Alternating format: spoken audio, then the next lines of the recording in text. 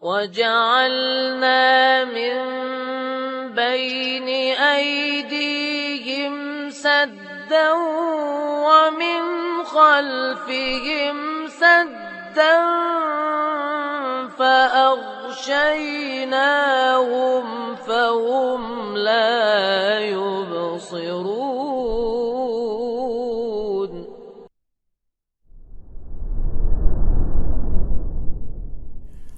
وأشهد أن محمدا عبده ورسوله لا نبي بعده.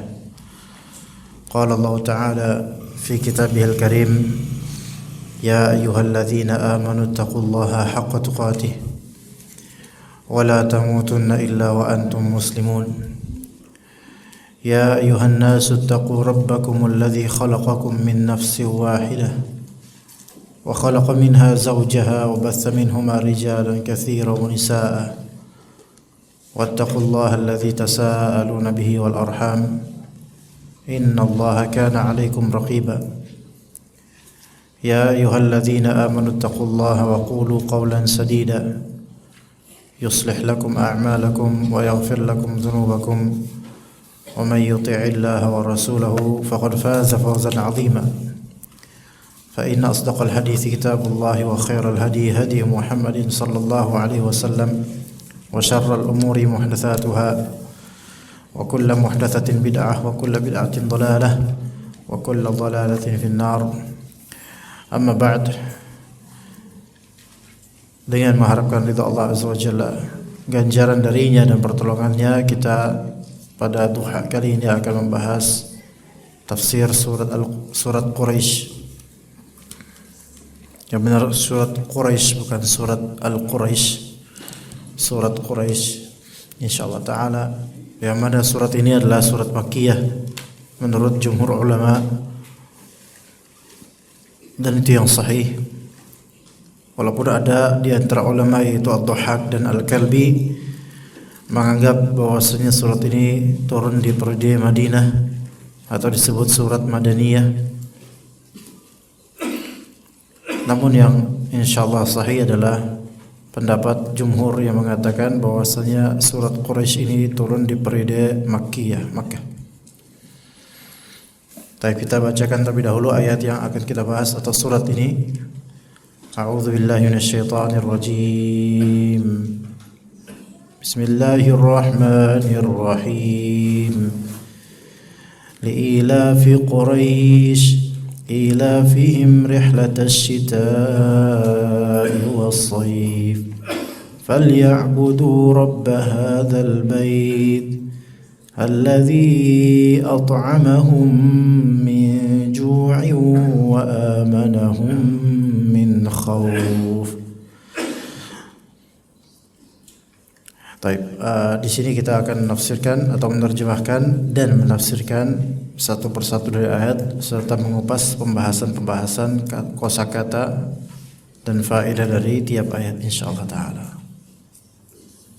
Dikatakan oleh para ulama, disebutkan dalam kitab Tafsir Al-Qurtubi, inna hadhihi surata muttasilatun billati qablaha fil ma'na. Sesungguhnya surat ini, yaitu surat Quraisy, menyambung dengan surat sebelumnya dari segi makna. Tapi surat Quraisy apa? Surat apa, Pak? Bu? Surat Al-Fil. Ya, surat Al-Fil. Menyambung dari segi makna, yaitu maksudnya seperti ahlaktu ashabal fili liilafi Quraisy, yaitu aku telah menghancurkan tentara gajah liilafi Quraisy, demi ilafnya Quraisy. Nah, sekarang kita bahas apa itu ilaf, atau sebelum kita bahas ilaf, ada sebagian dari salaf yang menganggap dua surat ini satu surat, yaitu Al-Fil dan Quraisy satu surat. Ada yang menganggap seperti itu, sehingga tidak pakai bismillah langsung. Itu dari ayat faja'alahum ka'asfim ma'kul liila fi Quraisy, itu ada. Di antaranya Ubay bin Ka'ab. sampai Sufyan bin Uyainah mengatakan kunna atau kana lana imamun la yafsilu bainahuma wa yaqra'uhuma ma'an. Ada seorang imam di antara kami yang tidak memfasal, yaitu tidak memisah antara Al-Fil dan Quraisy, melainkan membacanya sekaligus dua surat ini. Amr bin Maimun Al-Audi mengatakan, "Shallaina al-maghriba khalfa Umar bin Al-Khattab." Kami telah salat maghrib di belakang Umar bin Al-Khattab, yaitu Umar bin Al-Khattab sebagai imam. Faqara fil ula wa tini wa zaitun. Maka beliau membaca di rakaat pertama surat At-Tin wa tini wa zaitun. Wa fi tsaniyati alam tara kaifa wa li ila fi Quraisy. Dan di rakaat kedua Umar bin Al-Khattab membaca Al-Fil dan Quraisy. Maka berkata di sini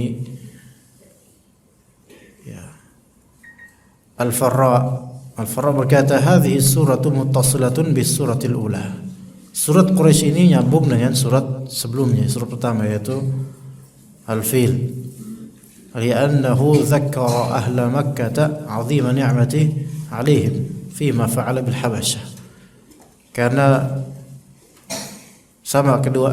surat yang pertama itu mengingatkan penduduk Makkah akan agungnya nikmat atas mereka dengan apa yang Allah telah perbuat terhadap pasukan Habasyah.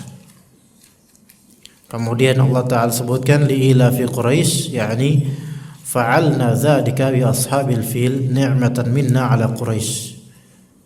Kami melakukan itu terhadap pasukan gajah sebagai nikmat dari kami atas orang Quraisy.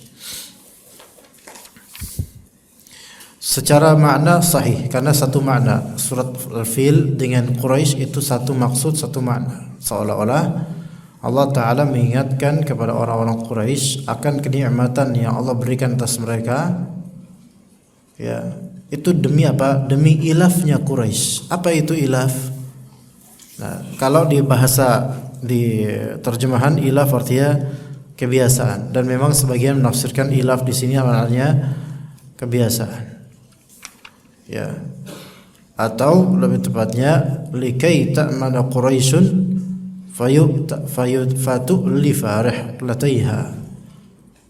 Jadi Allah Subhanahu wa taala menghancurkan pasukan gajah agar orang Quraisy mendapatkan keamanan di negeri mereka, sehingga bisa meneruskan tradisi rihlah mereka.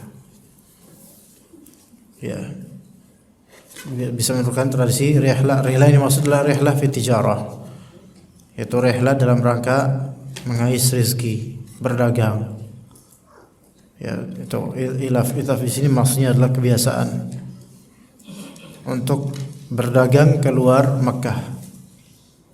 Jadi ini keamanan buat orang-orang Quraisy. Dan Allah Subhanahu wa taala juga bersumpah dengan negeri Makkah, wa hadzal baladil amin, dan demi negeri yang aman ini. Ya, itu sumpah Allah Azza wa Jalla. Juga Allah Subhanahu wa taala menyebutkan tentang keamanan negeri Makkah. Kata Allah Azza wa Jalla di akhir surat Al-Ankabut, awalam yarau anna ja'alna haraman amina wa yatakhattafu an-nasu min hawlihim. Apakah mereka tidak melihat bahwasanya kami telah menjadikan haram, yaitu tanah suci Makkah itu, sebagai tempat yang aman, sementara orang-orang di sekitar Makkah, yaitu di luar Makkah, itu mereka saling bunuh-membunuh, saling bertempur, ya, saling merampok. Tapi di Makkah aman. Allah berikan keamanan Dan itu efek dari setelah rahmat Allah juga dengan sebab doanya Nabi Ibrahim alaihissalam. Disebutkan di surat Al-Baqarah dan di surat Ibrahim.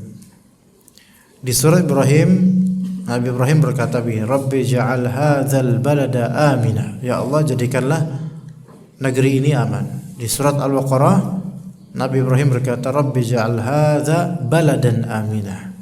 Ya Allah, jadikanlah jadikan ini sebagai negeri yang aman. Maka sampai sekarang Makkah itu aman. Dari penyamunan, perampokan secara masif aman. Kalau oknum ya ada 1, 2 mungkin. Namanya manusia ya di mana-mana. Pencurian ya ada, di tanah Makkah ya ada aja yang nyuri ada, cuman itu bukan sesuatu yang masif dan itu tidak membuat orang itu tidak merasa aman ya. Jangankan di tanah haram ya, di Masjid Al-Haramnya juga ada yang nyuri sendal ya ada. Ya saya waktu sholat agak terlambat ketika itu sama ibu juga, ibu saya parkir sendal di salah satu tempat gitu. Iya. Dan itu terlambat, selesai sholat belum lama udah hilang itu sendal, masya Allah. Qadarullah ya. Ya udah hilang. Ya. Dan ajaibnya ketika itu saya alhamdulillah yang saya bawa ketika itu sendalnya istri ya. Jadi alhamdulillah bukan sendal saya yang hilang. Taib ilaf itu yaitu ada kebiasaan apa? Kebiasaan rihlat asy-syita'i was-shaif, yaitu pergi di waktu musim dingin dan musim panas. Kemudian dikatakan oleh para ulama, diceritakan oleh Imam Al-Qurtubi rahimahullah, wa dzalika anna Quraisyan kanat takhruju fi tijaratiha fala yugharu 'alayha wa la tuqrabu fil jahiliyah. Quraisy ini salah satu kabilah ya. Bismillah. Salah satu kabilah yang paling mungkin bisa dibilang paling ternama di Makkah ya. Kalau di Madinah kan sukunya Aus dan Khazraj. Itu semua Arab. Tapi kalau di Makkah yang dominan dan paling tinggi derajatnya yaitu Quraisy. Boleh enggak namain anaknya Quraisy? Boleh. Boleh kalau ibu mau boleh. Quraisy atau Quraisy. Iya. Boleh, enggak masalah. Quraisy adalah putra-putranya atau keturunannya An-Nadhr bin Kinanah bin Khuzaimah bin Mudrikah bin Ilyas bin Mudhar. Ya. Itu suku Quraisy ya. Fa kullu man kana min waladin Nadhri fa huwa Quraisy. Maka siapapun dari anak-anaknya Nadhr maka dia adalah orang Quraisy. Nanti sampai anak cucunya berikutnya sampai Nabi Muhammad juga termasuk orang Quraisy. Nah, Quraisy itu punya kebiasaan yang unik dan beda dengan suku lainnya dari suku-suku Arab atau kabilah Arab. Quraisy itu biasa keluar dari Makkah untuk berdagang, dari ikhtiar. Jadi inilah memang ya jemaah, dalam satu bangsa itu ada kabilah-kabilah. Ya, ada kabilah-kabilah yang logatnya kadang ada perbedaan sedikit atau kosakatanya sedikit berbeda. Dan setiap kabilah punya karakter gitu loh. Kalau Indonesia memang wallahu alam ini Indonesia banyak sekali sukunya. Sekarang gini aja, antara Jawa Ngapak Banyumas dengan Jawa Solo ya beda, baik bahasa ataupun karakter juga ada perbedaan. Dengan Jawa Timuran ya beda lagi. Ya Masya Allah ini ya. Wa ja'alnakum syu'uban wa qabaila lita'arafu, dan kami jadikan kalian itu syu'ub, berbangsa-bangsa dan berkabilah-kabilah agar kalian saling mengenal. Maka kalau belasteran antara suku ini dengan suku ini itu sesuatu yang baik gitu loh. Selama bersabar dengan kelebihan atau kekurangan suku lawan jenisnya ya. Nah, dan itu bukan aib. Misalnya orang Banyumas nikah sama orang Portugis misalnya, ya fadhal, kalau mau bersabar silakan. Ya, orang Sumatera nikah sama orang Jawa misalnya, ya fadhal. Namun ketika ada karakter bertabrakan, maka itu ya konsekuensi dari kehidupan. Nah, di sini konsekuensi dari karakter Quraisy adalah suka berdagang. Mereka pandai berdagang, pandai berbisnis, dan bisnis mereka itu keluar dari kota. Ini juga ada pelajaran bahwasanya kalau memang kita mau maju dalam bisnis, maka jangan bersifat eksklusif atau idealis, tidak ekspansif. Saya ngomong apa ya? Kok bagus-bagus bahasanya itu. Iya. Tapi benar loh yang saya omongin. Iya, kalau kita mau banyak penghasilan dari perdagangan, ya kita nggak bisa terlalu idealis kan dengan prinsip. Maksudnya idealis dengan agama wajib, tapi idealis dengan produk selera kita yang untuk didagangkan itu nggak bisa. Dan kita perlu ekspansi tijarah, perdagangan, artinya ekspansi produk dan juga ekspansi jangkauan cover perdagangan gitu. Kalau emang mau lebih ya. Adapun kalau cuma mandek di situ-situ doang, ya udah segitu-segitu aja kan. Misalnya dari zaman jebot sampai sekarang jualan pepes misalnya, ya pepesnya pun pepes pedak doang gitu misalnya. Yang lain nggak mau istiqomah dengan itu, ya udah segitu-gitu aja udah kelas. Iya. Dengan prinsip saya, pokoknya memegang prinsip kepedaan saya, pokoknya saya nggak mau. Misalnya. Ya udah segitu-gitu aja kan. Lah orang kan pengen pepes ayam, pepes ikan emas, pepes ati, pepes ampela dan seterusnya. Tapi dia tetap cari yang lain aja, saya pokoknya pedak-pedak aja. Ya bisa gitu. Tijarah di sini kalau kita belajar dari Quraisy, mereka keluar dari sangkara mereka, dari Mekah mereka gitu loh. Dan berani untuk menjajakan dan keluar.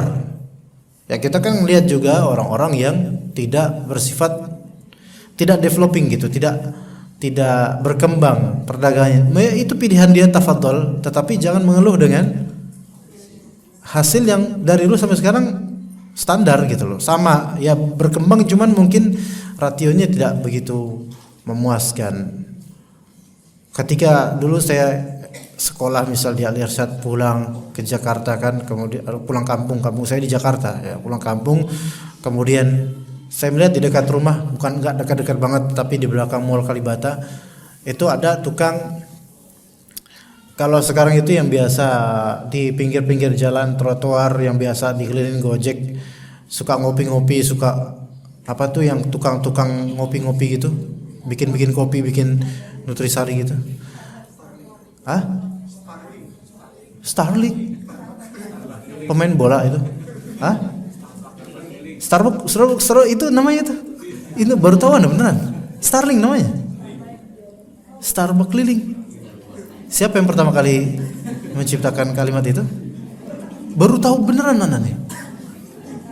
Masya Allah. Namanya itu Masya Allah, Starbucks keliling. Ya, itu baru tahu sekarang. Jadi alhamdulillah ini ilmu baru ini, walaupun gak ada manfaatnya, tapi ini ilmu baru. Ya, Starlink. Ya, oke, Starlink, ada sebut Starlink lah, kita ikut. Nah, itu jadi tapi dulu nggak ada itu Starlink, kan nggak tahu apa namanya Starlink. Dari tahun 2000-an awal 90-an itu namanya apa nggak tahu, pedagang kaki lima lah gitu. Nah, dia dagang itu dengan wajah pemuda gitu ketika itu. Mungkin beliau usia 20 sekian. Nah, kemudian belakangan hari di tahun, anggaplah udah sekitar hampir 20 tahun gitu ya. Hampir 20 tahun itu dengan mungkin kehidupannya yang berubah-ubah dia. Ya, kadang enggak ada di situ, mungkin digusur ya, kadang kan ada penggusuran. Kemudian pada tahun kapan gitu, tahun 2020 atau 2019, Anda melihat beliau ini muka yang sama, ini orang yang sama, ini orang sama dengan profesi yang sama, dengan dagangan yang tidak berkembang kecuali makin item-item yang merek-merek ya just juice atau apa gitu yang dulunya nggak ada gitu misalnya. Loh, ini masih seperti itu dia. Padahal dulu ketika beliau jualan itu, Anda ketika itu masih SMA paling, masih SMA gitu. Maksudnya belum jadi apa-apa, baru masih sekolah gitu. Tapi alhamdulillah sekarang udah Allah Ta'ala mudahkan untuk dagang, untuk ngajar, dan beliau masih seperti itu aja gitu loh.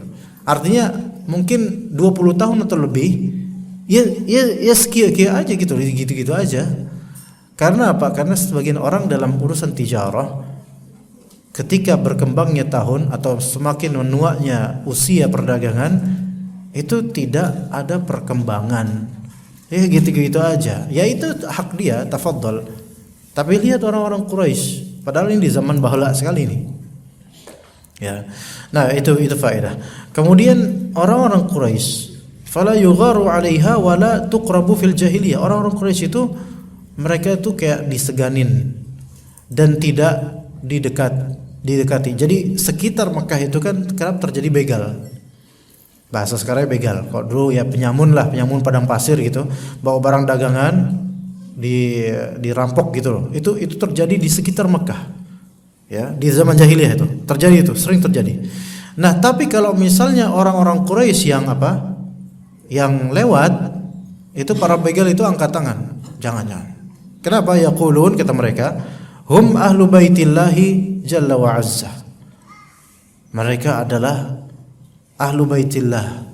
Mereka adalah penduduk rumah Allah. Faham maksudnya? Karena semua bangsa Arab itu menghormati rumah Allah. Walaupun mereka musyrikun loh. Mereka menghormati ini rumah Allah, Baitullah. Karena mereka juga ketika itu ya haji ya ke sana juga gitu loh. Tapi haji versi syariat lama yang mereka juga enggak tahu menahu tentang tata cara yang lebih tepat. Karena cuma ikut-ikutan nenek moyang. Tapi mereka musyrikun. Tapi dengan itu mereka ini orang Quraisy nih. Dan orang-orang zaman dulu, apalagi orang Arab, itu paling ngerti nasab orang. Kita disebutin bapak lu siapa? Bapaknya orang ini nih. Ketahuan walaupun di kecamatan mana gitu. Tapi orang-orang Arab tuh benar-benar paham tuh bapaknya orang-orang. Keturunan nasab. Mereka ahli nasab orang-orang Arab itu. Sampai sekarang makanya hafal nasab-nasab. Sampai kakek ke-7, kakek ke berapa gitu. Kalau kita kan paling mentok kakek doang. Atas lagi Allah alam bisawab. Ya udah enggak tahu itu. Tinggal batu tulisannya udah enggak ada namanya ya kan. Udah enggak ketahuan. Nah, mereka diperlakukan seperti itu karena segan gitu loh. Ini adalah penghuninya rumah Allah, hati-hati. Pamali nanti kalau misalnya kita apa-apain. Lebih-lebih dengan kejadian kemudian ada ja'a sahibul fil yahdimal Ka'bah. Insyaallah bulan depan kita akan bahas surat Al-Fil. Datanglah Raja Habasyah dan pasukannya untuk menghancurkan Ka'bah. Ya. Dan rencananya itu kalau Ka'bah ini bisa dihancurin, dia pengen ngambil batu-batu Ka'bah untuk dibawa ke Yaman, ya, ke Habasyah supaya ke Yaman untuk supaya orang tuh berhaji ke Yaman, ke daerah kekuasaannya. Jadi pengen nyaingin atau pengen mengalahkan Ka'bah. Maka Allah Subhanahu wa taala menghancurkan dan memporak-porandakan serangan pasukan gajah. Ya begitu ya. Maka faja'alahum ka'asfim ma'kul li'ila fi Quraisy. Allah jadikan mereka itu seperti apa ya? Asfim ma'kul di sini artinya apa ya, jemaah? Daun yang kosong gitu apa ya? Hancur yang kena kayak kena bakaran-bakaran gitu loh, yang melepuh dan semisalnya. Itu semua Allah lakukan penghancuran itu demi kemaslahatan orang-orang Quraisy supaya bisa aman jalan kemana-mana, keluar Makkah di musim panas maupun musim dingin, gitu. Jadi ternyata gini loh, ketika Makkah itu aman, nyaman, tiba-tiba terjadilah kasus, yaitu Raja Abraha ini pengen apa? Pengen menyerang, pengen hancurin.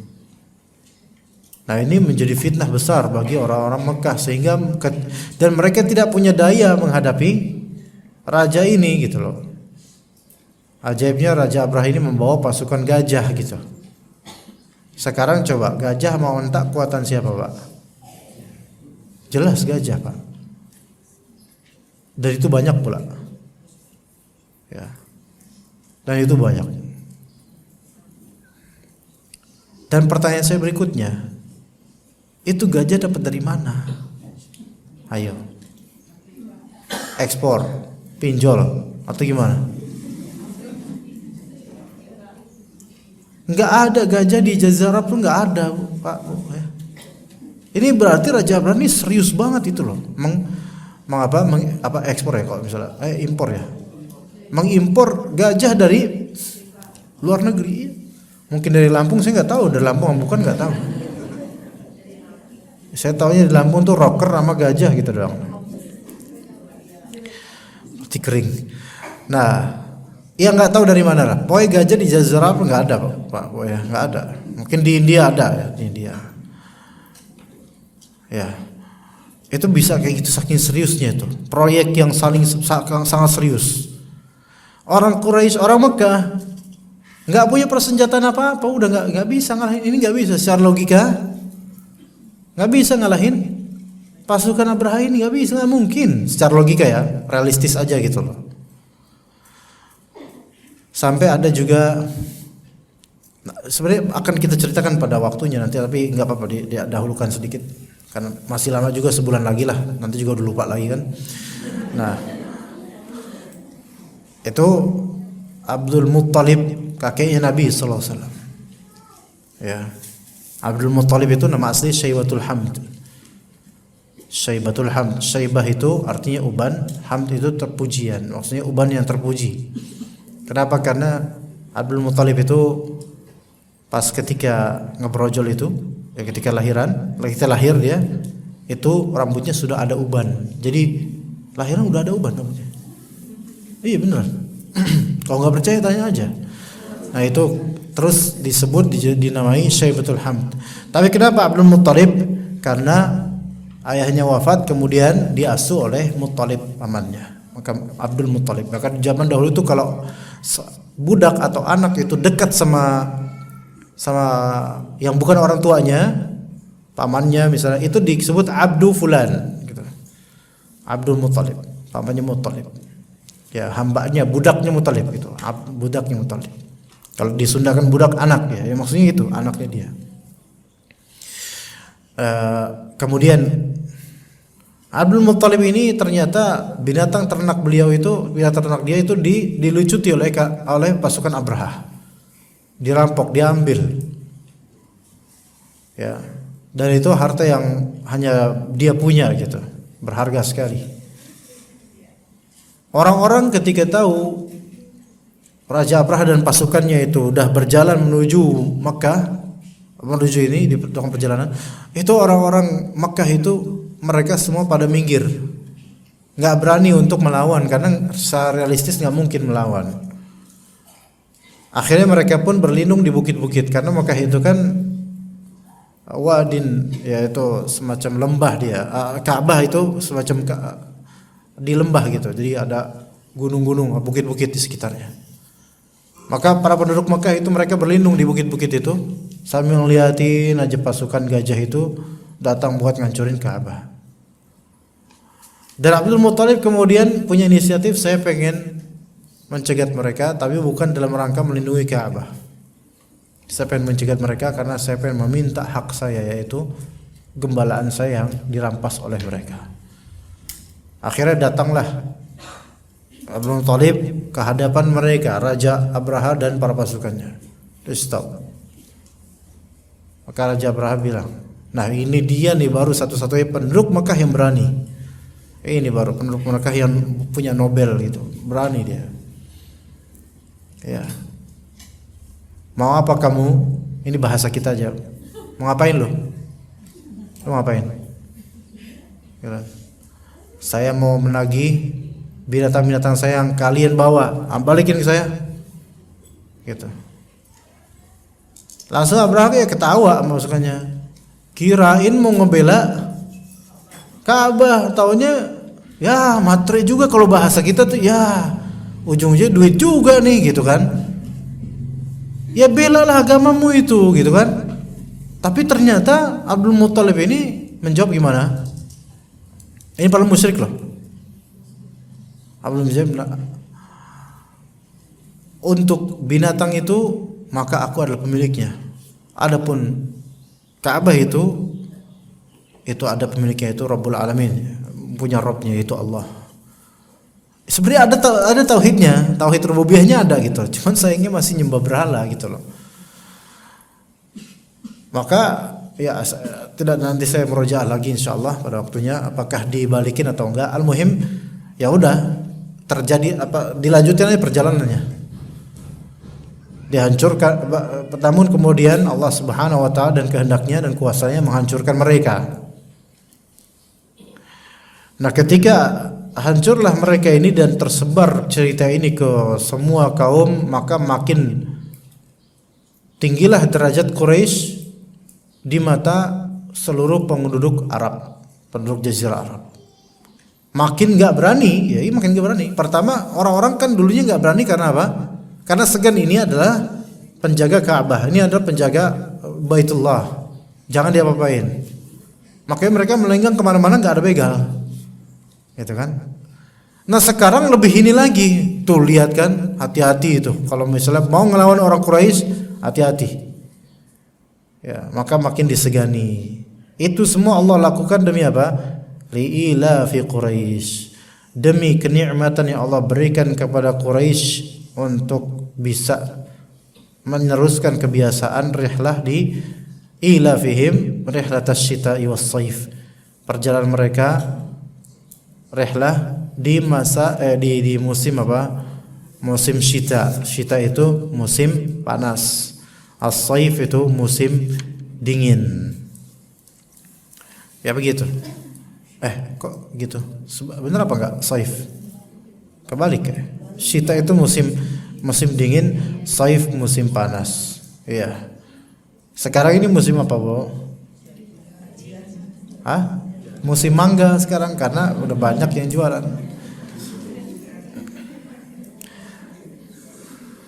Nah, kenapa Quraisy disebut Quraisy? Ada perbedaan pendapat di antara ulama, dari para ulama. Ada yang mengatakan Quraisy itu disebut Quraisy karena tajammu' ba'da tafarruq, karena terjadinya perkumpulan setelah tadinya bercerai-berai. Yaitu tadinya Bani Nadir itu tercecer di beragam wilayah, kemudian dikumpulkan di Mekah, akhirnya disebutlah Quraisy. Ada yang mengatakan begitu, tapi yang mungkin lebih kuat wallahu alam disebut Quraisy dari kata taqarrus, yaitu takassub, mencari penghasilan. Ya. Karena mereka orang-orang Quraisy kanu tujara, mereka adalah para pedagang, yaquluna min makasibihim, yang mana mereka makan dari hasil perdagangan mereka. Oke, kata Nabi SAW juga atyabu, ya, atau kama qala Nabi SAW, sebaik-baik yang dimakan oleh manusia itu adalah yang dihasilkan oleh kedua tangannya, yaitu pekerjaannya. Dan maksud dari pekerjaan ini para ulama berbeda pendapat. Ada yang mengatakan sebaik-baik penghasilan itu dari ziraah, yaitu apa? Pertanian. Ada yang mengatakan begitu. Ada yang mengatakan sebaik-baik penghasilan itu dari tijarah, perdagangan, yaitu kita jualan gitu. Tapi yang sahih wallahu alam, sebaik-baik perdagangan kembali ke keumuman hadis. Apa yang diusahakan oleh kita, baik itu perdagangan, sebaik-baik apa tadi? Sebaik-baik penghasilan, sebaik-baik penghasilan adalah apa yang kita usahakan, apapun itu bentuknya selama itu halal.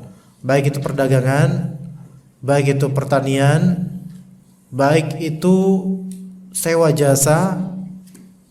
Ya, sewa jasa itu seperti guru bisa, seperti driver bisa, atau lainnya. Maka apapun itu selama emang itu hasil usaha kita, maka itu sebaik-baik penghasilan untuk diri kita dan keluarga kita. Nah, juga ada penghasilan yang baik namun bukan yang terbaik, yaitu hadiah. Hadiah itu penghasilan juga, namun itu bukan yang terbaik, melainkan itu baik. Ya, seperti saya misalnya, panitia menghadiahi saya misalnya uang dan juga makanan misalnya, itu hadiah baik, tapi not the best, bukan yang terbaik, karena itu bukan hasil pekerjaan, bukan hasil. Adapun ini ngajar Ini bukan profesi, maksudnya ya ini ngajar voluntary, tapi kemudian kalau diberikan sesuatu hadiah, alhamdulillah. Nah itu baik, cuman yang terbaik adalah hasil dari apa? Perdagangan atau perbuatan tangan kita. Ya, baik pertanian atau ngajar dengan ada kontrak, misalnya ngajar di sekolahan, misalnya itu lebih afdol. Nah, ada juga yang penghasilan yang buruk. Ada juga penghasilan yang buruk namun belum tentu haram. Buruk tapi belum tentu haram. Buruknya di perbuatan mencarinya, tapi uangnya tetap halal buat dia, yaitu minta-minta. Minta-minta itu haram, tapi uangnya halal gitu loh. Minta-minta itu haram, tapi uangnya halal. Atau melakukan suatu pekerjaan yang memang itu syubhat dalam artian bukan haram, tapi orang ini nggak pasti itu halal apa enggak. Namun asli bukan haram. Mungkin penghasilannya uangnya mungkin halal, tetapi perbuatannya itu bisa tercela. Contoh apa? Atau bisa jadi haram gitu. Contoh apa? Seperti ngamen, atau menjadi robot di jalanan, menjadi boneka di jalanan, menjadi manusia silver. Ya, yang belum saya lihat tuh jadi manusia darah. Jadi bersimbah darah di jalanan, coba ya sok lihat. Kalau nggak ditangkap polisi. Nah ini semua sebenarnya pelanggaran terhadap peraturan daerah dan juga perendahan terhadap kehormatan diri sebenarnya. Kalaupun emang nggak haram, minimal tercela, makruh gitu loh.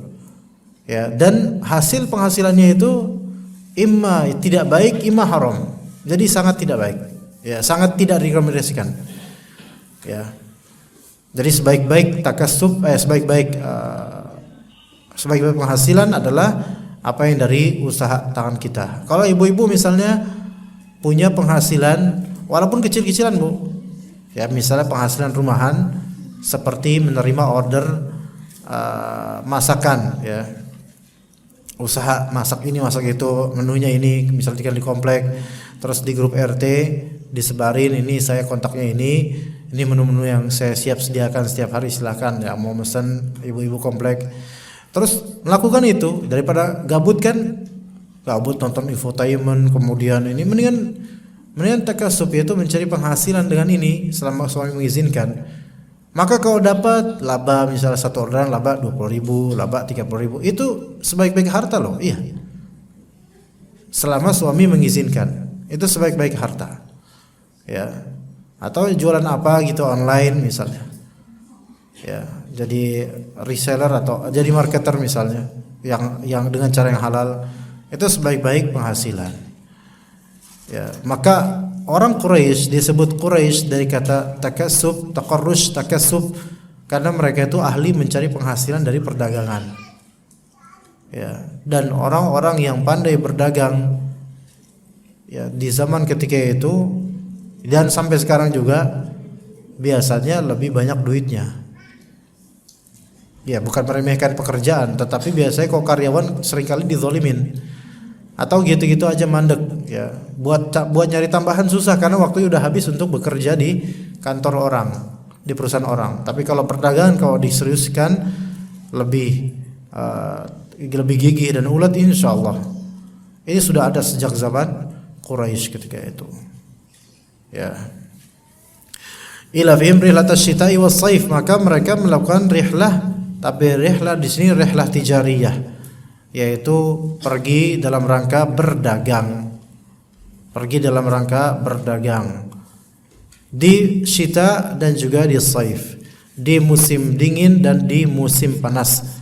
Ya, musim itu kan ada beberapa nama ya, ada syita musim dingin, ada rabi' musim semi, ada saif musim panas, dan ada kharif musim gugur atau semisal itulah, musim kering atau musim gugur mungkin ya. Tapi kalau di kita ini nggak ketahuan, panas dingin panas juga gitu ya, hujan gitu, tiba-tiba hujan gitu Ya, tadinya panas di sini, di kecamatan lain hujannya Masya Allah. Sudah banyak perubahan ya, Masya Allah. Kemudian tiba-tiba ada angin kencang, terus di Depok ada hujan es, Masya Allah. Ya, itulah kekuasaan Allah, tidak bisa kita memastikan. Maka ila fihim rihlatas syita'i was saif. Kata Allah Ta'ala kemudian falyabudu rabb hadzal bait. Waalaikumsalam. Maka mereka hendaklah, wajib atas mereka untuk menyembah falyabudu rabb hadzal bait. Rabbnya rumah ini, yaitu Rabbul Ka'bah. Al-Bait di sini maksudnya Ka'bah. Nah, kita perhatikan di sini hikmah dari ayat ini. Lafal ya'budu dengan Rabba.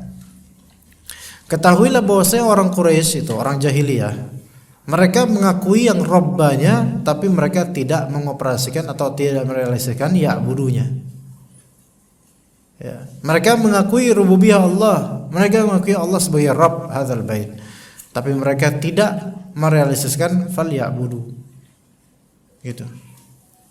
Mereka tahu bahwa Allah itu Rabb. Dan mereka juga pengen menyembah, cuman mereka menyembahnya dengan wasilah patung-patung. Maka itu syirik, musyrik. Kenikmatan yang Allah berikan sini ini dari pemberian keamanan, dari dijaganya mereka dari serangan Abraha dan bala tentaranya, ternyata tujuannya supaya mereka syukur terhadap nikmat Allah. Nah, di antara bukti syukur nikmat Allah adalah itu kita semakin beribadah kepada Allah.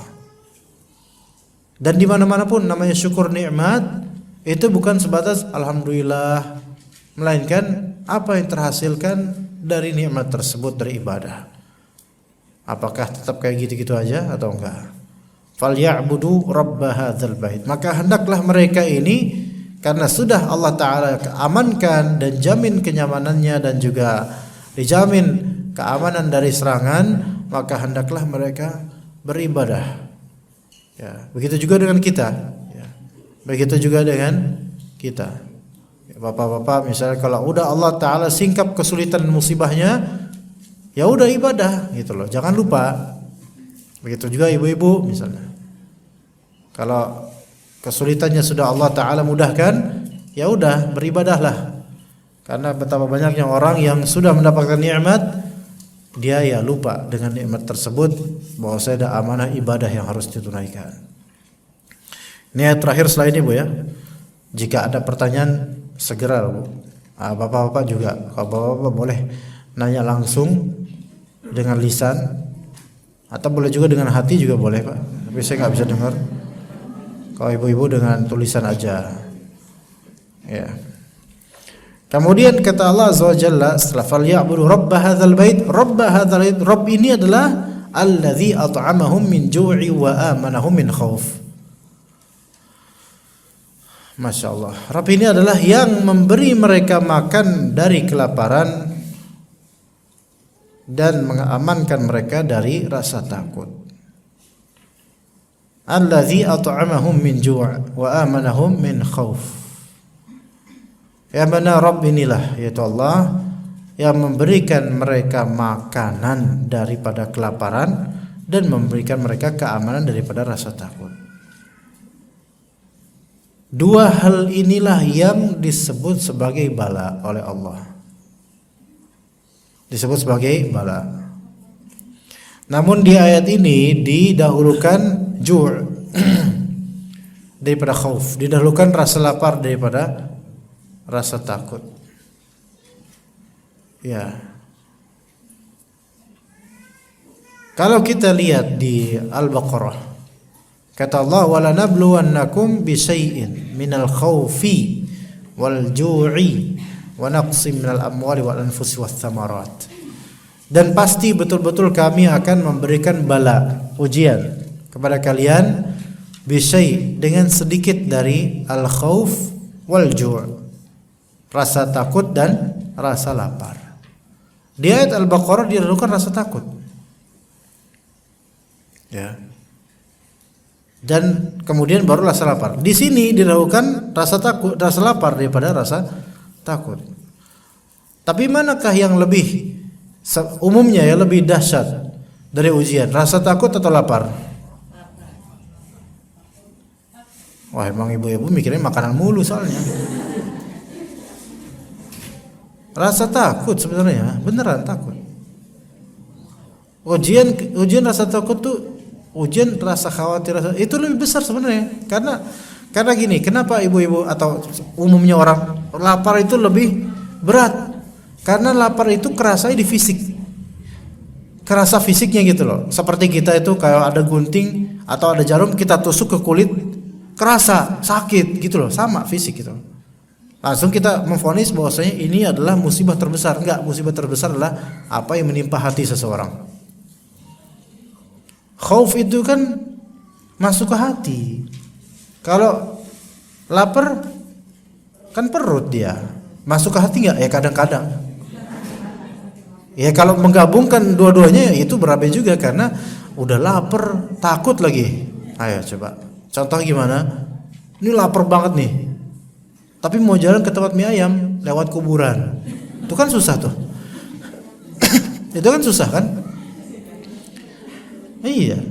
Menjamak kedua musibah gitu loh. Ya, dua-duanya dapat itu. Ini gimana ya? Kalau saya gak makan besok tinggal nama. Takut lagi kan? Serba takut. Online aja lah. Mesen gokarnya juga cancel semua karena tahu itu kuburannya keramat di situ. Gara-gara ketakutan itulah banyak kebaikan tertutup. Sebenarnya musibah yang terbesar adalah fitnah yang sampai ke hati. Musibah yang sampai ke hati. Itu. Kalau musibah itu nggak sampai ke hati, sebenarnya bisa terkontrol insyaallah.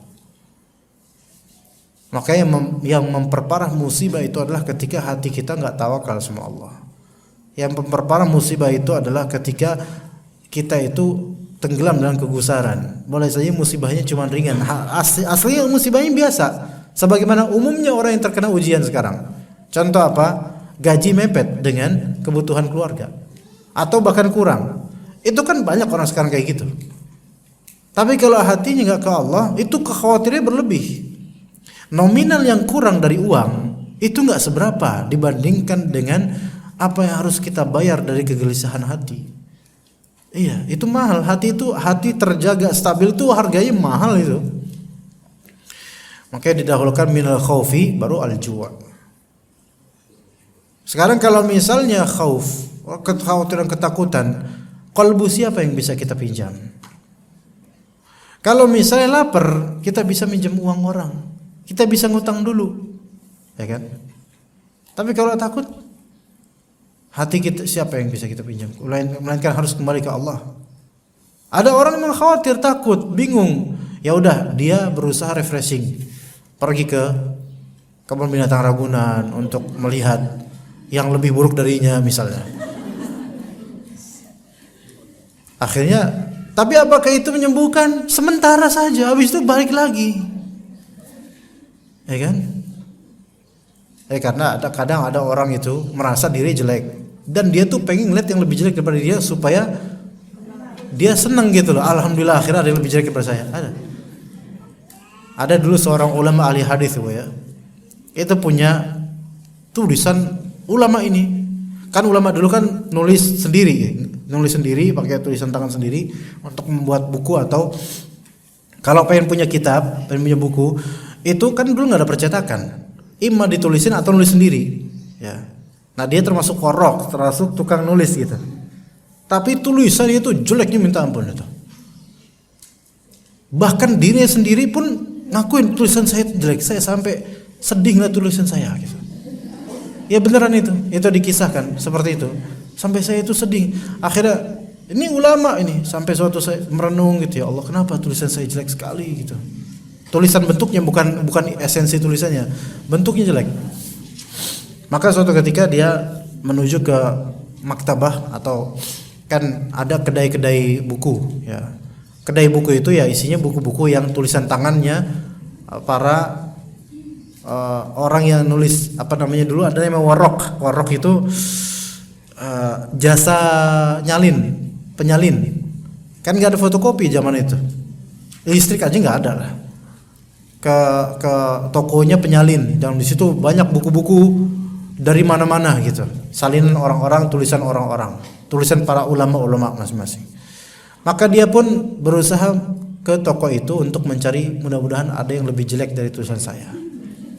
Ya, dia pun datang dan mencari-cari dan nanya, tolong berikan saya di sini buku yang tulisnya paling jelek di sini.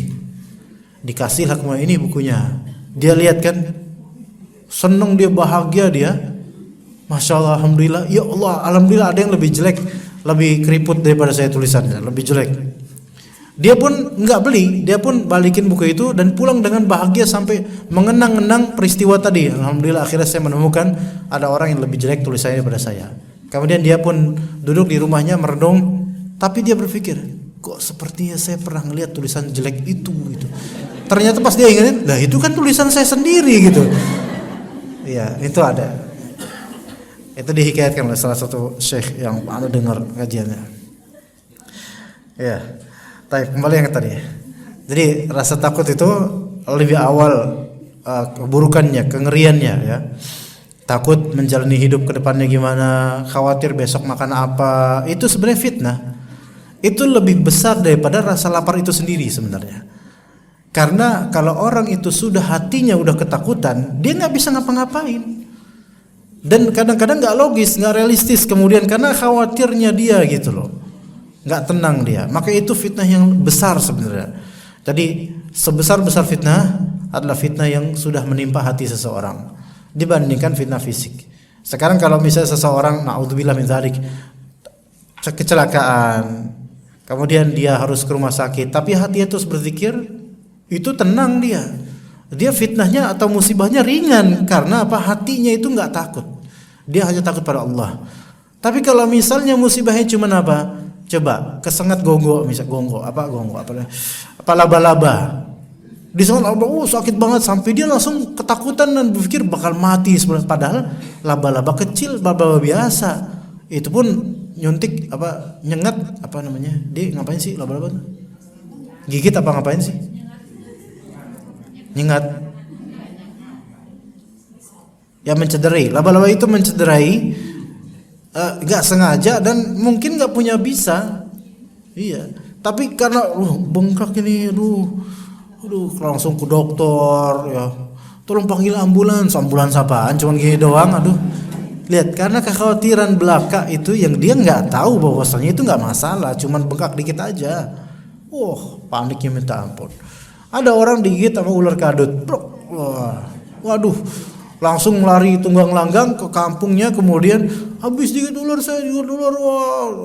aduh, ayo mana ini apa risalah apa namanya, kertas saya mau nulis apa, nulis wasiat. Masya Allah, ular kadut ini karena kekhawatiran gitu loh, padahal musibahnya nggak seberapa, tapi kekhawatiran itulah yang memperparah ya. Maka di sini diingatkan oleh Allah Azza wa Jalla, maka hendaklah mereka beribadah kepada Allah yang mana Allah itu telah memberikan mereka makan daripada rasa lapar dan memberikan mereka keamanan daripada rasa takut. Di sini didahulukan rasa lapar, bukan berarti rasa lapar itu lebih tinggi derajat ujiannya daripada rasa takut, bukan. Tapi mungkin ada hikmahnya. Allah Subhanahu wa taala mengingatkan bahwasanya mungkin bagi orang-orang Quraisy ketika itu kesulitan mereka adalah dicari makannya. Karena mereka kan safar kemana-mana. Mereka nggak begitu takut dengan itu, tapi mereka cuman laparnya itu. Akhirnya mereka dapat makan, maksudnya dapat makanan untuk menambal atau untuk menyembuhkan rasa sakit, rasa lapar mereka.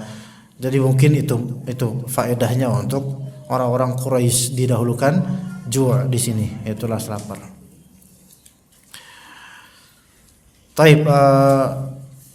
Ini juga ada faedah bahwasanya segala nikmat yang Allah berikan dari ketenangan hati, ketentraman hidup, kenyamanan rumah dan kenyangnya perut ya, itu semua tujukan supaya kita bisa lebih beribadah kepada Allah, bukan ditujukan supaya kita itu pamer setiap hari pasang foto kenikmatan ini di Instagram atau di media sosial. Kalaupun iya sekali aja mungkin, jangan setiap hari selalu bikin ini bikin itu, foto Ya, karena tidak semua mata yang memandang itu menyukai apa yang dia pandang gitu. Jadi takutnya dihasad atau didengki oleh orang. Ya, lebih-lebih kalau ada perasaan ujub, maka ini lebih berpotensi menyakiti hati orang lain, ya. Taib, itu adalah yang bisa kita sampaikan dari tafsir surat Quraisy. Insyaallah kita menuju ke pertanyaan. Bapak-bapak ada yang bertanya enggak Pak? Langsung Pak. Kalau bapak-bapak langsung aja enggak Bapak? Enggak ada Pak?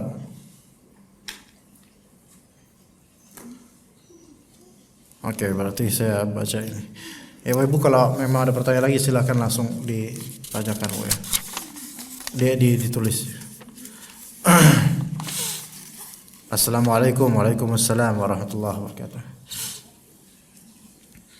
Saya pernah dengar orang kafir Kristen itu bilang kalau orang Islam juga menyembah batu besar yaitu Ka'bah. Gimana cara saya memberikan penjelasan kepada orang kafir tersebut? Orang kafir itu kebetulan masih saudara saya. Gampang. Apakah kalau seorang sujud di depan sesuatu itu mesti artinya menyembahnya? Jawabannya ya atau tidak? Enggak juga. Ya. Enggak juga. Contoh apa? Kalau orang di shaf pertama salat, di depannya apa? Tembok. Apakah dia menyembah tembok batu? Tidak. Iya. Ada orang lagi duduk. Biasa lagi duduk sila habis zikir ya, lagi zikir. Kemudian ada orang mau salat sunnah ba'diyah. Salat di belakangnya kemudian dan menjadikan orang yang duduk itu sebagai sutra. Apakah dia sedang menyembahnya? Enggak kan? Enggak. Ya. Ada orang mengambil sutra yaitu berupa tiang ini, tiang masjid di depannya. Apakah berarti pas dia sujud dia sedang menyembah tiang masjid? Enggak. Oh, tapi ini kan menyembah Ka'bah. Semua orang kan kiblatnya ke Ka'bah. Inilah bedanya orang yang tahu sama enggak tahu. Apa yang Allah perintahkan, maka apapun itu perbuatannya berarti itu dalam rangka menyembah Allah. Beda sembah dengan menghadap itu beda. Sembah dengan menghadap itu beda. Sekarang kalau misalnya ngasih tumpeng ama kepala kebo, ama samsu, kretek dan semisalnya ke laut untuk penunggu laut, ini menghadap atau menyembah? Menyembah walaupun enggak menghadap. Paham ya di sini ya?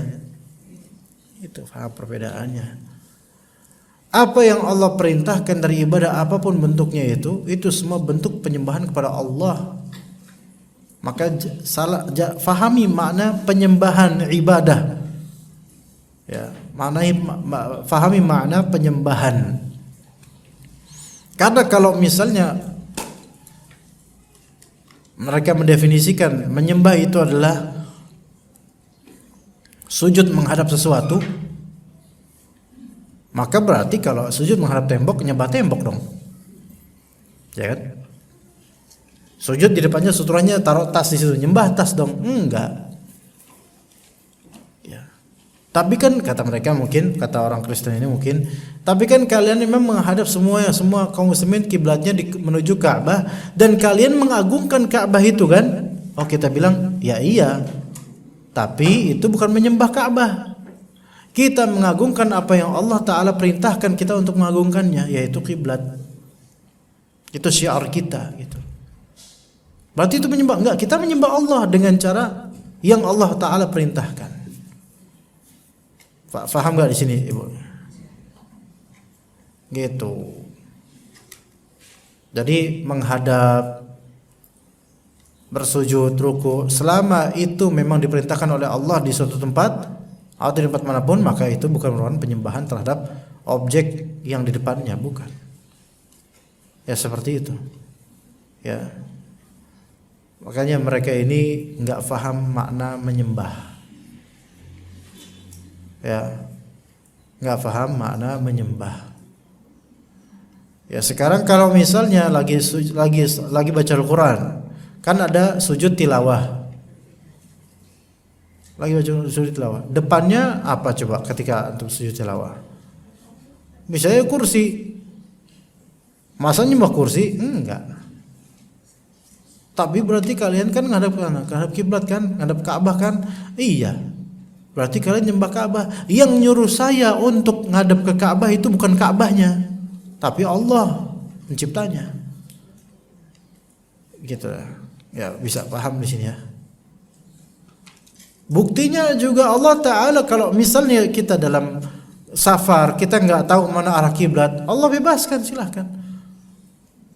Wa inama kuntum fawallu wujuhakum syatrah, dimanapun kalian itu bisa saja kalian, dimanapun silahkan kalian mengarah kemana. Kalau kalian nggak tahu di mana arah kiblat, silahkan kemana aja, tafadhal.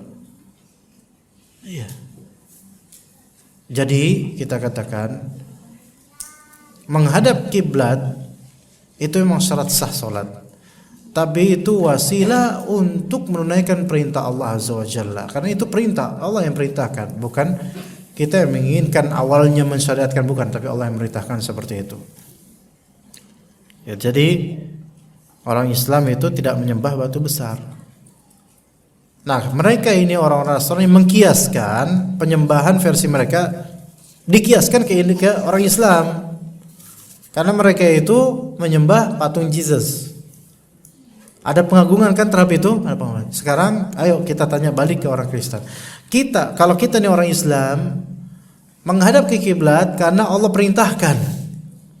Dan enggak ada dalam teks Al-Qur'an atau sunnah atau hadis Allah perintahkan untuk menyembah patung, menyembah batu besar atau Ka'bah ini, bukan menyembah, tapi menghadap sebagai pusat, sebagai kiblat. Ya. Dan itu ada teksnya, dan itu nggak pernah diteksan oleh Allah Ta'ala sebagai penyembahan. Kalian sendirilah yang menafsirkannya sebagai penyembahan. Oke, sekarang saya tanya kepada orang musyrik kafir ini, orang Kristen. Sebutkan di Bible kalian perintah untuk menyembah Jesus. Itu langsung diam itu. Anda yakin langsung diam? Sebutkan perintah untuk menyembah Jesus, bukan dari perkataan Romo atau guru besar atau pendeta, bukan, dari Bible-nya. Ada nggak bahwasanya Jesus ini untuk disembah? Ada. Dan adakah perintah di sini kita mengagungkan Ka'bah itu sesuai dengan perintah Allah dan sesuai kadarnya, tidak berlebihan. Sehingga kita tidak membawa kalung-kalung Ka'bah kemana-mana. Kalian membawa kalung salib kemana-mana, kemudian menciumnya. Kemudian bagi yang Katolik, kalau habis bersyukur salib tangannya seperti itu, segitiga misalnya. Dari mana itu kalian dapatkan sekarang? Ayo, penyembahan seperti itu dari mana? Sekarang kita tanya balik. Ya, mereka malah justru nggak ngerti dari mana. Kalau kita jelas. Menghadap Ka'bah itu perintah Allah Azza wa Jalla di surat Al-Baqarah. Fawalli wajhaka syatral masjidil haram wa haitsuma kuntum fawallu wujuhakum syatrah. Ya. Begitu. Jadi itu bukan merupakan penyembahan. Bukan. Ya. Sekarang ini maknai penyembahan. Penyembahan bahasa Arabnya ibadah. Itu ya, penyembahan bahasa Arab ibadah. Jangan kita ikut dengan arus definisi mereka yang penyembahan itu adalah kita bertekuk lutut di hadapan pihak yang disembah. Seperti ada patung kemudian kita gini, enggak. Itu kita enggak seperti itu. Makna penyembahan versi Islam itu adalah kita melakukan apa yang Allah perintahkan dan menjauhi apa yang Allah larang. Ketika kita mau makan, baca apa? Bismillah. Itu menyembah Allah atau menyembah Rasul? Menyembah Allah, itu penyembahan juga gitu loh. Apakah kita sedang menyembah makanan? Tidak. Ya kan? Baca bismillah aja, katakan kepada mereka, baca bismillah aja, itu merupakan persembahan kita, penyembahan kita kepada Allah, bukan kepada makanan. Loh, kok bisa gitu? Iya, karena apapun yang berupa menuruti perintah Allah dan Rasulnya dan menjauhi larangan Allah dan Rasulnya, maka itu bentuk penyembahan. Oh, berarti kalian juga menyembah Rasulnya. Antum salah gitu. Mulai kan. Antum salah, makanya kau punya agama yang benar kayak kita gitu. Kata Allah, "May yuti'ir rasula faqad ata'a Allah." Barang siapa yang mentaati Rasul, maka dia telah mentaati Allah. Artinya ketaatan kepada Rasulullah SAW itu berupa penyembahan kepada Allah semuanya. Ya, kita dibilang samillah, kata Rasulullah, makanlah dengan bismillah, baca bismillah. Kita membaca bismillah ini dalam rangka menyembah Rasul atau menyembah Allah? Menyembah Allah, jelas banget. Karena mereka definisi menyembah Allah itu nggak sampai ke definisi kita, Pak, Bu, ya. Makanya mungkin mereka belum paham dengan kayak gini ya. Semoga Allah berikan hidayah. Iya. Ibu-ibu dan bapak-bapak kesini ke kajian kan tahu fadilah majelis ilmu, tahu keutamaan majelis ilmu, Pak. Sekarang bapak-bapak, ibu-ibu datang ke sini sedang menyembah saya atau enggak? Enggak. Sedang menyembah Allah dengan cara menuruti perintah Allah untuk ke majelis ilmu, untuk menuntut ilmu. Begitu. Sampai hal terkecil masuk WC aja, Allahumma inni a'udzubika minal khubuthi wal khaba'ith, itu merupakan persembahan kepada Allah, bukan nyembah WC. Nah, kita menghadap ke kiblat ini karena Allah yang perintahkan. Kita baca doa masuk WC karena Allah yang perintahkan. Kita baca bismillah sebelum makan karena Allah yang perintahkan. Kita sujud syukur karena Allah Rasul, dan semua perintah Allah dan Rasulnya kalau kita lakukan maka itu bentuk penyembahan kepada Allah. Insya Allah jelas ya? Atau nggak jelas, Bu? Jelas. Assalamualaikum. Waalaikumsalam warahmatullahi wabarakatuh. Ustadz, kalau dapat transferan dari hasil perias pengantin tapi rias pengantin belum syar'i, apakah uangnya halal, Ustadz, kalau dimanfaatin buat beli makanan? Mohon pencerahannya. Di sini transferan dari hasil perias pengantin. Apakah Anda yang merias? Ini saya nggak tahu nih. Dapat transferan dari hasil perias pengantin. Apakah Anda yang merias? Tapi rias pengantinnya belum syar'i. Maka kalau rias pengantin belum syar'i, wallahu alam, ini hasilnya tidak halal. Iya. Hasilnya wallahu alam tidak halal ya. Kalau dimanfaatin buat makanan boleh, tapi makanannya kasih ke fakir miskin. Ya sama aja, mendingan kasih duitnya aja ke fakir miskin. Iya. Ya emang pahit sih kalau apalagi ibu-ibu udah punya usaha ini lama ya. Ya bisa dilakukan perias pengantin tapi yang syar'i, baru itu halal. Kalau yang tidak syar'i ya, dan tahu bahwa saya dengan riasan ini dia akan diperlihatkan ke orang-orang, kalau tahu itu lihatkan ke laki-laki lain atau kan biasa pas apa namanya, pas resepsi, bukan resepsi, akad nikah itu kan biasanya duduk bareng tuh ya, dirias bareng seperti itu, maka itu sebenarnya haram ya. Kalau dia tahu seperti itu nanti kronologinya, maka nggak boleh dia membantu. Ta'awan wala ta'awanu 'alal itsmi wal 'udwan. Jangan kalian saling membantu dalam hal dosa dan permusuhan. Begitu, jadi nggak boleh. Ya, jadi ganti rias syar'i, nanti selektif lagi. Ya. Memang berat, tetapi ketika memang tawakal sama Allah, insyaallah akan Allah carikan jalan keluar. Assalamualaikum warahmatullahi wabarakatuh. Waalaikumsalam warahmatullahi wabarakatuh. Afwan Ustaz, mohon doanya salah satu jemaah kami harus menjalani operasi kista di rumah sakit. Semoga Allah mudahkan, lancarkan dan diangkat penyakit beliau. Amin. Allahumma amin. Semoga Allah Subhanahu wa taala menyembuhkan beliau dan memudahkan urusan operasi beliau, menyelamatkan beliau dan menjadikan beliau semakin taat pada Allah Azza wa Jalla. Amin.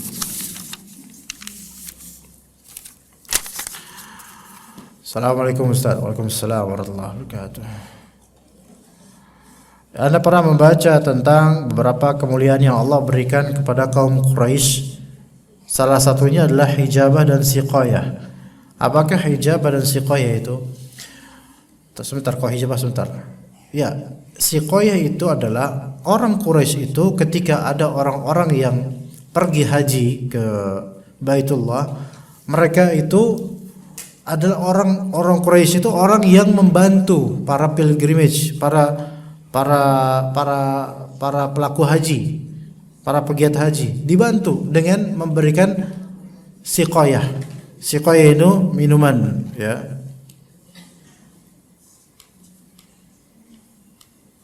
Sebentar, Anda mau lihatnya.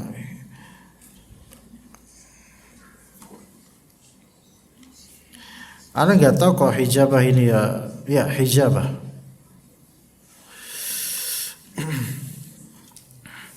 Jadi mereka kalau siqayah itu maknanya adalah memberikan pemulihan kepada orang-orang yang pergi haji berupa minuman. Dan hijabah itu maksudnya kuncinya Ka'bah itu dipegang oleh orang Quraisy, sehingga yang melindungi hijab, yang melindungi ya hijab, melindungi Ka'bah itu adalah pemuka-pemuka Quraisy ketika itu, bukan dari suku lain di Mekah. Ya, juga ada namanya rifadah. Ya, jadi siqayah itu minuman, ya. Kemudian rifadah itu harta benda, harta-harta yang dikumpulkan untuk membantu orang-orang haji untuk makanan, minuman, fasilitas. Dan juga hijabah itu adalah keamanan dan fasilitas ya. Hijabah penutupan terhadap atau kunci terhadap apa juru kunci lah ibaratnya gitu lah. Mereka lah orang-orang Quraisy ketika itu. Mereka terkemuka dengan itu. Itu kekhususan orang-orang Quraisy di masa jahiliyah ya, di masa jahiliyah. Begitu. Pertanyaan kedua di luar tema Ustaz Afwan tentang sholat syuruk. Jika seseorang melakukan sholat subuh di masjid kemudian dia kembali ke rumahnya lalu mengaji hingga waktu syuruk lalu sholat 2 rakaat, apakah diperbolehkan? Sholat 2 rakaat boleh, cuman tidak berupa sholat syuruk, itu namanya sholat duha maksudnya. Sholat syuruk itu sholat duha yang dilakukan di tempat dia sholat, ya di tempat dia sholat, dan setelah dalam jangka setelah sholat subuh sampai waktu syuruk dia tetap di tempat dia sholat, maka itu baru disebut sholat syuruk dan bernilai juga sholat duha. Karena syuruk itu adalah awal waktu duha, setelah matahari itu sudah naik sekitar 15 menit setelah matahari terbit. Adapun yang sudah berpindah dalam artian dia berpindah lokasi ya ke rumah walaupun baca Quran, maka dia tidak disebut sholat syuruk lagi. Adapun yang masih di lokasi yaitu di masjid, ya misalnya kajian, walaupun bergeser beberapa jarak, maka insya Allah dia tetap dihitung sholat syuruk. Seperti itu. Jadi kalau pindah lokasi enggak, walaupun sama-sama zikir. Tapi kalau misalnya enggak pindah lokasi, tetap di tempat, cuman dia tidur, apakah ini syuruk? Kalau tidurnya sambil zikir, insya Allah. Tapi enggak ada kayaknya.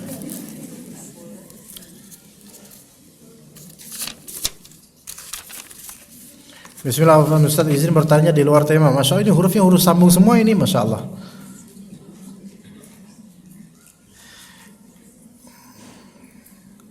Bagaimana hukum pernikahan seorang suami yang telah mentalak istri lebih 2 kali dan telah melakukan akad nikah ulang? Bagaimana hukum status pernikahan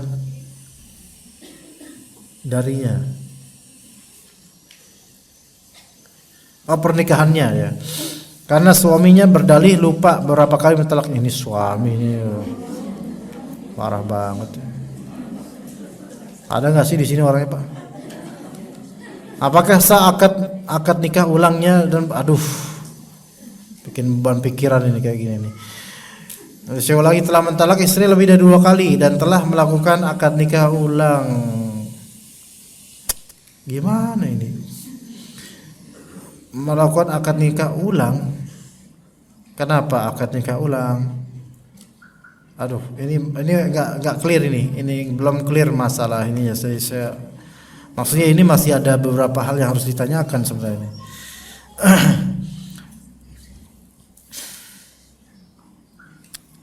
Mentalak istri lebih 2 kali itu masih ada. Oke, kalau lebih 2 kali berarti 3 kali dong. Ya, dan telah melakukan akad nikah ulang itu maksudnya apa? Akad nikah ulang ini apa nih? Orang kalau udah ditalak 3 kali ya enggak ada akad nikah ulang.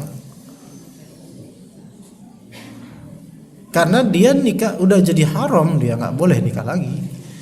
Atau bahasa kita ya talak 3, talak 3 ya. Bagaimana hukum status pernikahannya.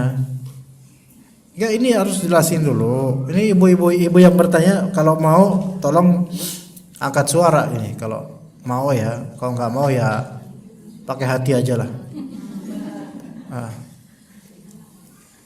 Gini loh, kalau ini saya takut saya menjelaskan tidak sesuai dengan yang terjadi gitu kan.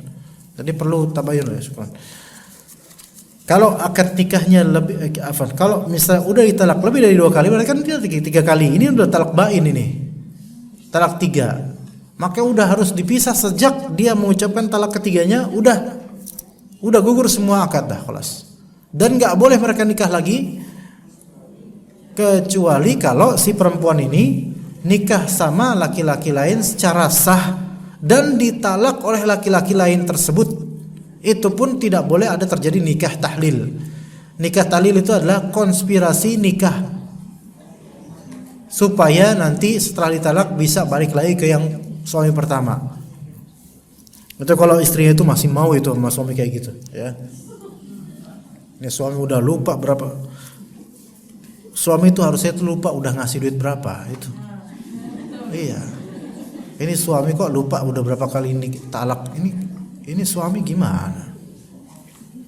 Karena pengen tahu wajahnya kayak gimana ini orang. Enggak, maksudnya adalah kenapa kita alhamdulillah kok bapak-bapak kita alhamdulillah Allah jaga lisan kita dari mudah mentalak ya. Laki-laki memang alhamdulillah memang umumnya tidak mudah mentalak walaupun emosinya memuncak. Tapi kalau ini udah lebih dari 2 kali, Anda nggak tahu apakah memang muskilahnya istrinya yang memang menyebalkan atau gimana, Anda nggak tahu. Tetapi kalau 2 kali berarti 3 kali, maka khalas tidak ada akad nikah ulang. Melainkan udah bubar, sama sekali bubar, walaupun nggak tega punya, mau nggak tega mau nggak hukum syar'i ditetapkan. Walaupun belum disahkan oleh pemerintah, belum legal di pengadilan, walaupun belum legal, talaknya itu tetap terjadi. Ini ya, banyak orang nih nggak paham. Talak syar'inya tetap terjadi, walaupun belum dilegalisir oleh pengadilan. Dan dimulainya iddah itu dari pengucapan talaknya dia, bukan dimulai dari pengesahan pengadilan. Kecuali kalau misalnya khulu, gugat cerai, itu insya Allah lebih afdolnya adalah setelah pemutusan pengadilan atau setelah penerimaan hadiah oleh si istri, dia beri hadiah kepada suami sebagai khulu atau gugat cerai. Hukum-hukum ini perlu tahu nih bapak-bapak, ibu-ibu ya. Ini kalau saya jelasin lebih panjang lagi. Maka di sini karena suami berdalih lupa berapa kali mentalaknya, justru karena kedengaran udah sering, karena berdalih lupa maka udah pisah. Ini saya nggak bisa ngomong, wah nanti dia ngomongin, Ustaz nih pro dengan talak ya. Enggak, saya nggak pro, emang situ aja berkasus. Kan bukan salah, saya yang salah. Jadi kalau suaminya ini suka sering, tapi harus tahu juga bentuk kalimat talak itu seperti apa. Jangan-jangan bukan kalimat talak. Nah itu juga harus difahami. Inilah mengapa di beberapa tempat saya ajarkan fikih keluarga, karena masalah-masalah seperti ini itu banyak loh dari kalangan kita nggak paham. Ternyata udah bertalak-talak, udah bertalak-talak lama, sekarang masih bertahan padahal nggak tahu hukumnya jadi. Nggak tahu hukumnya. Ya. Jadi lafal-lafal talak tuh harus tahu. Kalau misalnya saya pengen talak kamu deh, itu belum talak. Atau dengan perkataan kamu saya talak ya, itu belum sampai talak. Kamu saya talak ya, ini masih berupa pertanyaan. Kamu mau nggak pisah sama aku? Itu pertanyaan. Belum sampai, Pak. Tapi kalau udahlah kita pisah aja, ini talak. Aku bosan sama kamu, ini bukan talak. Ini emang bosan, ya. Bukan talak ini. Iya. Ya, jadi bedakan. Misalnya, aku nggak mau lagi sama kamu. Ini semi talak, tapi belum tentu. Lihat maksudnya apa, gitu kan? Kalimat ini kalimat yang multitafsir. Aku nggak mau lagi sama kamu. Ini multitafsir. Nggak bisa langsung divonis talak. Harus ditanya lagi, maksudnya nggak mau lagi sama kamu itu apa? Kalau maksudnya adalah talak, terjadi talak. Allah lebih tahu niatan dia.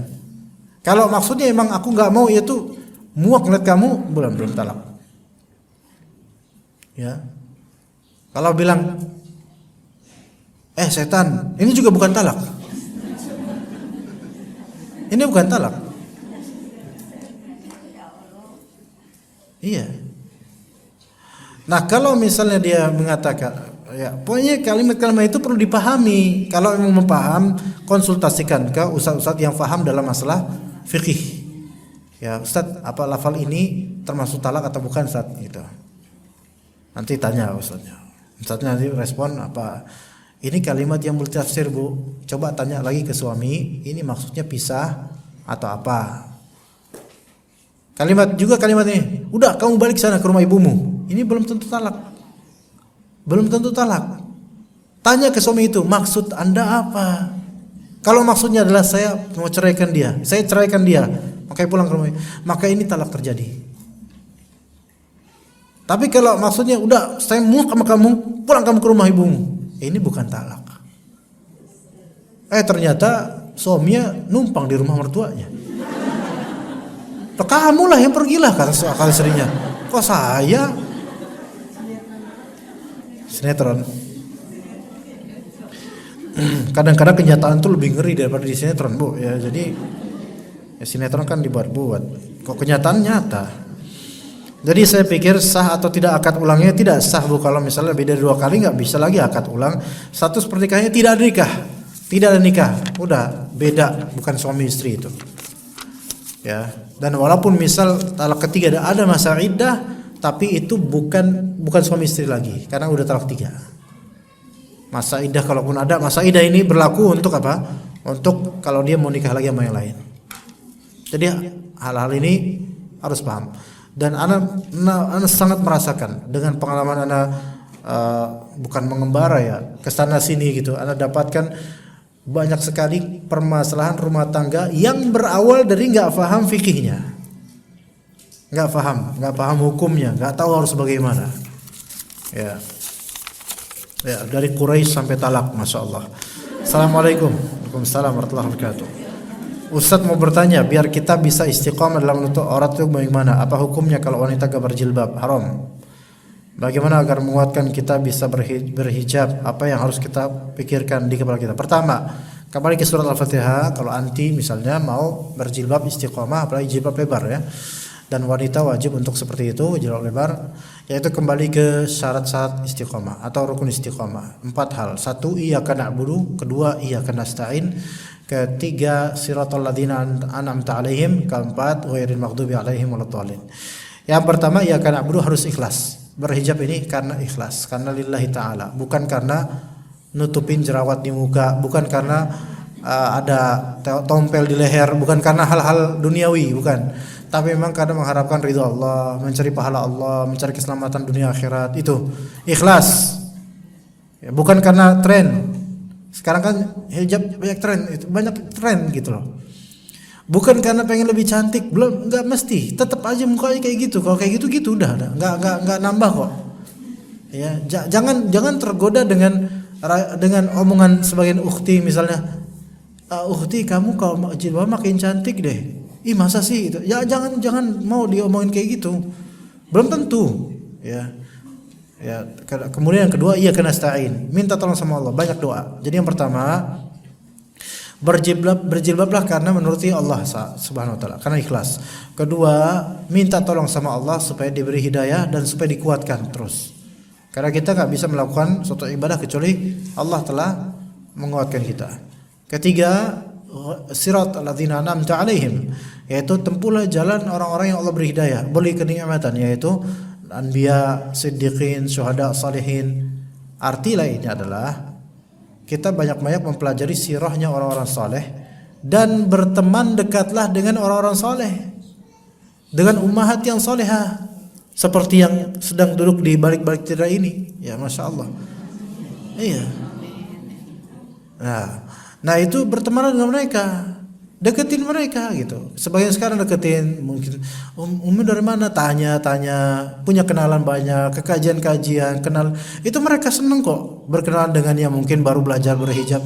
Iya seneng. Insya Allah nggak ada yang namanya siapa? Bentar, kamu nanya ini ada maksud apa ya? Nggak ada kayak gitu, kan?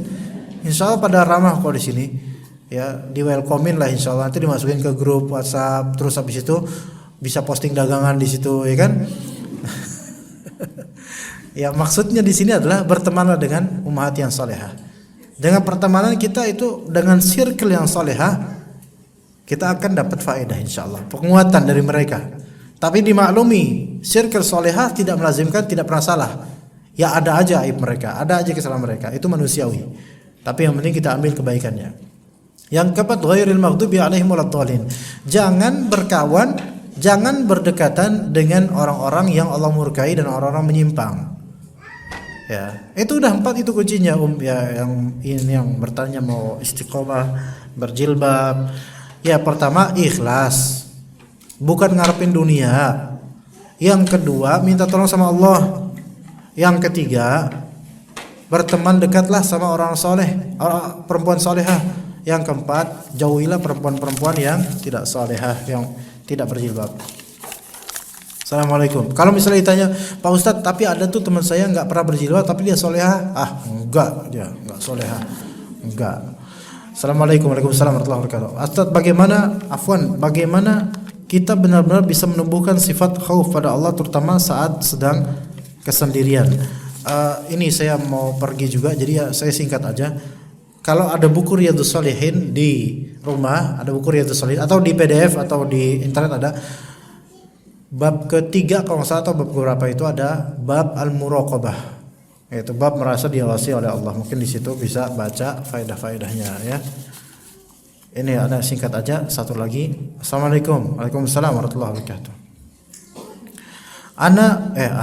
Ada seorang gadis anak yatim meminta dinikahkan oleh walinya atau pamannya, tapi pamannya tidak menyetujui, tidak mau menikahkan, dan jadi walinya karena ada info tentang ikhwan calonnya tersebut tidak baik akhlaknya. Dari hasil penceraian ikhwan tersebut, infonya KDRT dan ada asusila pada mantan istrinya. Ya, ini hindari yang seperti ini.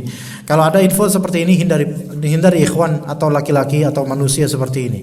Karena berat ya, punya suami yang KDRT itu berat ya. Bagaimana seharusnya sikap paman yang akan jadi wali dari gadis tersebut? Kalau memang valid beritanya, ya kalau valid beritanya, maka pamannya jangan mau. Ya, beneran, mendingan jauh lebih mending sama laki-laki yang udah nikah poligami bertanggung jawab, tapi nggak KDRT. Bener nggak Pak? Tuh bapak-bapak sebagian yang ngangguk-ngangguk, karena itulah harapan mereka. Ya beneran, tapi beneran real.